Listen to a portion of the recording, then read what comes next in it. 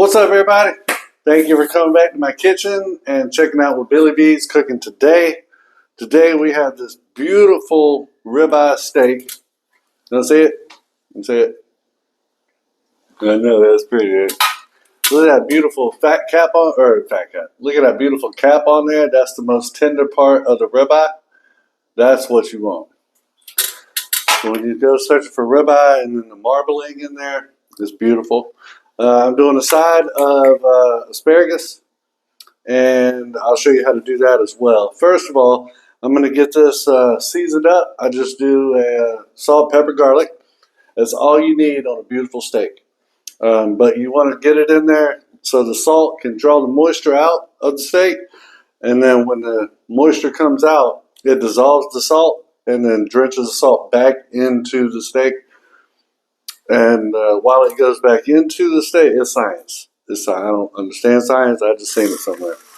When the salt gets dissolved back into the steak, it's going to take these other wonderful flavors with it. And then that way, instead of seasoning on the outside of your steak, it soaks it deep into the meat. So we're going with, I guess, the roasted garlic here as well. Roasted garlic is always best. Anything roasted, always better. And then cracked black pepper. And for a thick cut like this is about 1 inch to 1.25 inches. You really can't go too heavy on the pepper. I'm going to show y'all a trick so you don't get your hands all messy, because if I was to pat that seasoning down with my hand, it sticks to your hand, right? Get your old sandwich bag. And then just press the seasoning into the meat, because when you flip it to season the other side, you don't want everything falling off. I'm going to season the other side, same way. And I know those chefs out there be like, oh, you got to season all sides. You're absolutely correct. So that's what we're fixing to do now. All that excess that fell, just roll your steak in it. That's all. Just roll the sides in it. And get all of it up. All sides. This steak's so tender, it's starting to fall apart already. Alright, now I'm going to put this in the refrigerator for about an hour. Give that salt time to draw the moisture out and then dissolve and then go back into the meat, rehydrate it if you will. And then in the meantime, I'm going to show you how to prep some of these real quick. We'll be right back. Alright, the best way to deal with asparagus is you got your asparagus spear, right? I'm going to find out where the camera's going to be. And then we're going to peel it. But the way you do it, you don't want this whole brand new stalk. See the dry end? So you want to take your asparagus, see where it bends, see how it bends. And then when you get to the hard part where it's sort of hard to bend, you'll feel it. Just pop it off right there. Then just take your old peeler and just peel it like you would a carrot. That's perfectly peeled asparagus. And then we're gonna, what I'm gonna do is I'm going to boil it. And then after I get done boiling it to where it's almost boiled done, almost, not quite, just like a little more than al dente, then I'm going to put it in some ice water to stop the cooking. And then after we cook the steak in the pan, with the pan drippings and all still in the pan, we're going to put these back in the same pan that the steak was in with some butter, and then saute it with some spices. So we'll be right. I'm going to finish these up, and we'll be right back. So the compound butter is going to be rosemary. So just get your rosemary leaves and then just wash your fingers and just get the chopping.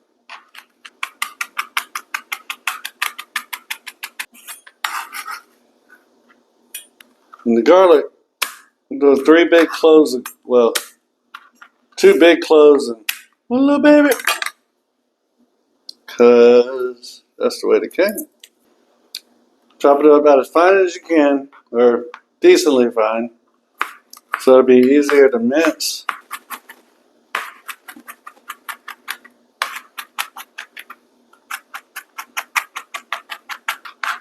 That's pretty decent. That's pretty decent for the garlic.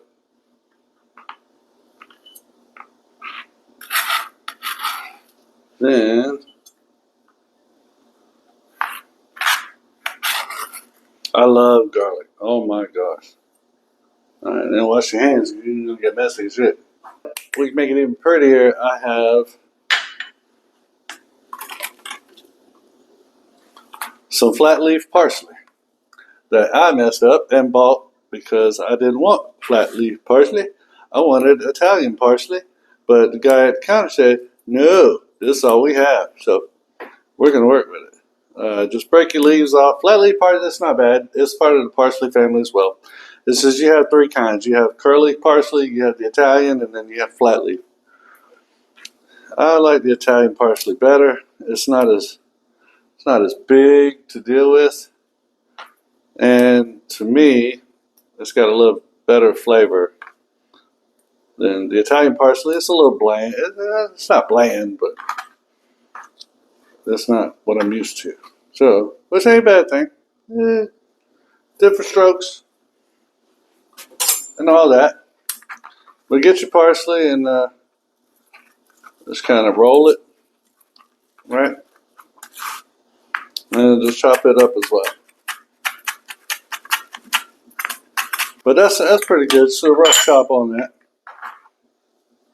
And that'll be, we'll use that for some garnish and in the butter too, but not too much in the butter, since how we got the rosemary for the greenery on that. We got that part taken care of. I'm going to let the butter soften up, and I'll show you how we make compound butter. Alright, so we got our butter softened up. I got one whole stick of butter in here. Let it get to room temperature to where it's soft. And this is regular butter, so salted butter, right? This, if you cook with it, this will burn quicker. It's like regular butter. So first, I'm going to go in with rosemary. Remember the rosemary we chopped up? Let's go ahead and sprinkle that in. And then I'm going with our garlic. Go ahead and put your garlic in there. Then I'm going with half of the parsley that we chopped up. So you don't need, I mean, the parsley does add some flavor, but you don't need too much of that. We'll just, mainly for garnish afterwards. And then this is the fun part, just mush it all up. I don't know if y'all can see that, but yeah, just get it all mushed together. And you want to blend it up good enough to where you know there's a little bit of everything in every piece. And you can do this with really any spice you want to, any herbs you want to. Like I made a Creole compound butter one time. It was amazing. Use Old Bay seasoning, blackened seasoning, things of that nature, and just incorporate that into the butter. And that goes well with seafood. That goes wonderful with, if you're trying to saute some shrimp or something like that. It's wonderful. After you get it all incorporated, just scoop it out. I mean, you can use it like this if you wanted to, but I'm going to show you a better way for like steak. Just scoop it out and lay it on some cling wrap, right? No butter left behind. Then after you get it on your cling wrap, you just kind of want to roll it over, right? Just fold it over like that, and you're just going to roll it.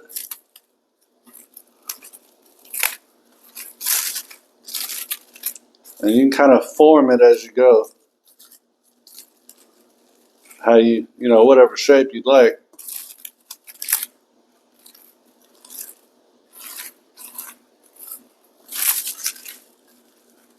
That's pretty good. Twist the ends.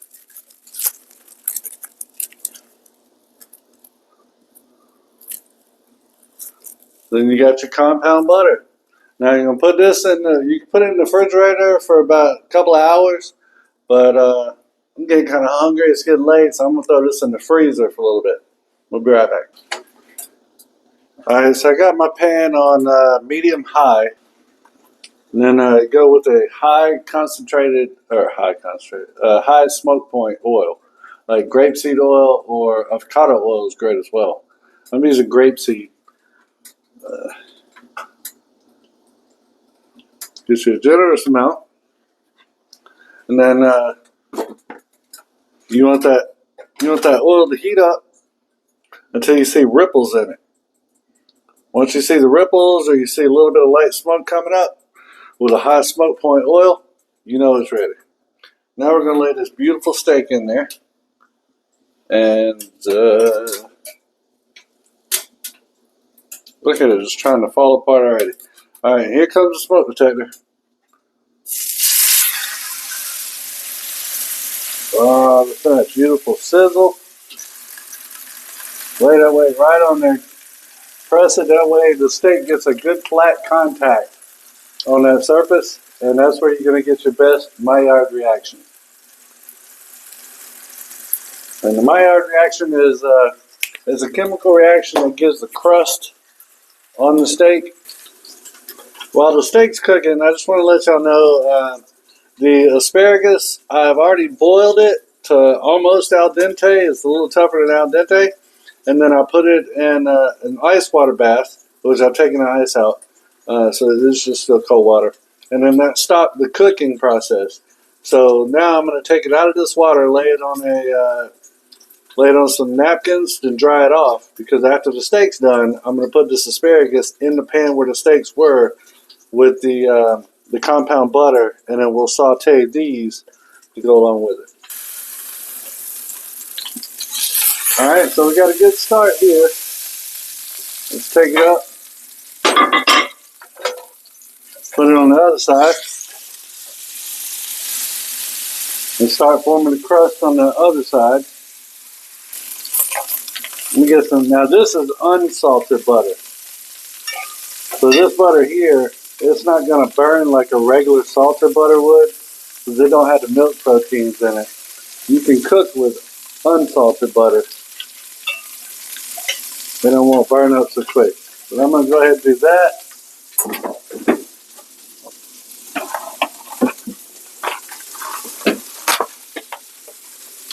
I got another sprig of rosemary. I'm going to just use this like a brush, like a basting brush. Get some of that butter and oil, and just baste your steak with it.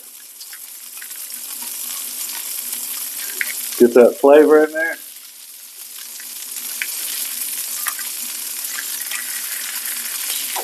Okay, and then flip.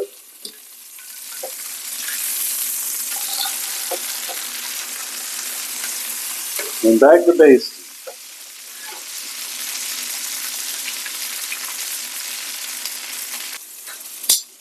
Go ahead and pull the steak, let it rest.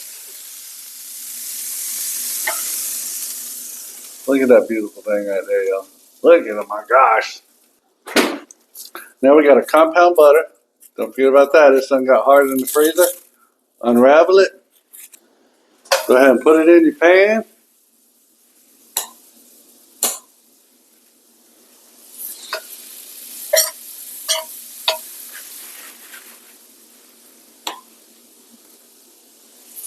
Now you don't, like I say, you don't want your stove too hot because this is that regular butter. That will burn if you get it too hot. So you don't want it too hot. You just want to get the butter in there. Now look at these asparagus. Look how beautiful they look. When you boil them and then put them, and when you blanch them is what it's called. You put them directly in cold water. It stops the cooking process and keeps the green. Keeps it a beautiful green. Toss those in your butter. Get that flavor in there.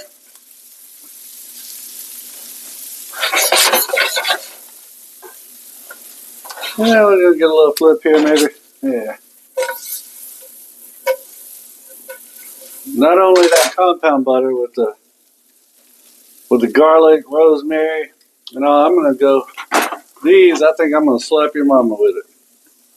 I'm just kidding. I'm going to use this here. Your mama's safe. Toss it in some slap your mama. Oh my gosh. That's what I'm talking about. Delicious. And you just finished cooking in that butter.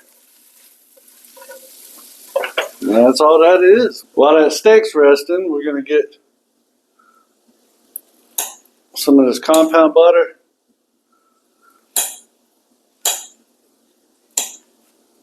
And we're just going to lay it on that beautiful steak.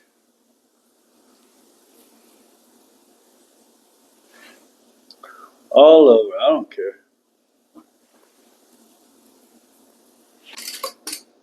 Now that's a beautiful looking steak, everybody. Let's cut into it and see what happens. Look at it, it just glides through like the compound butter it was made with. Oh my gosh, what are we working with? What are we working with here, everybody?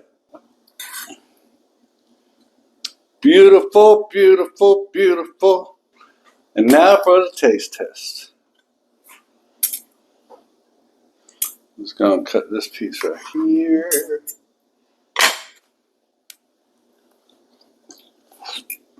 Mmm. Mmm.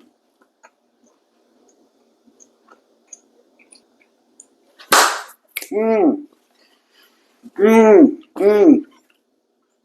I need to put this up.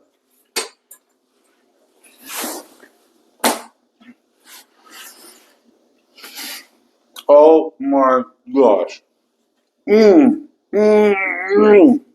Mmm.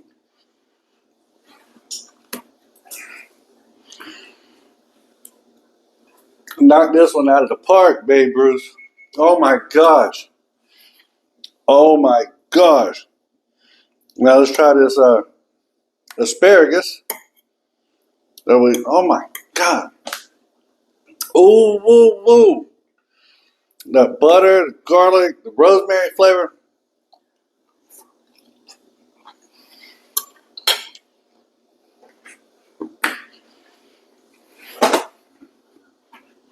I don't know. Mmm. Mmm.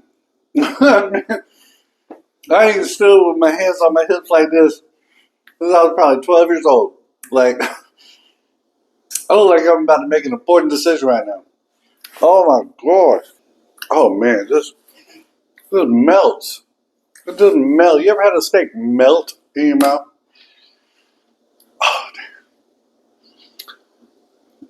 Oh, yesterday was my birthday. And I only say that to say, this is probably the best birthday present I ever got for myself.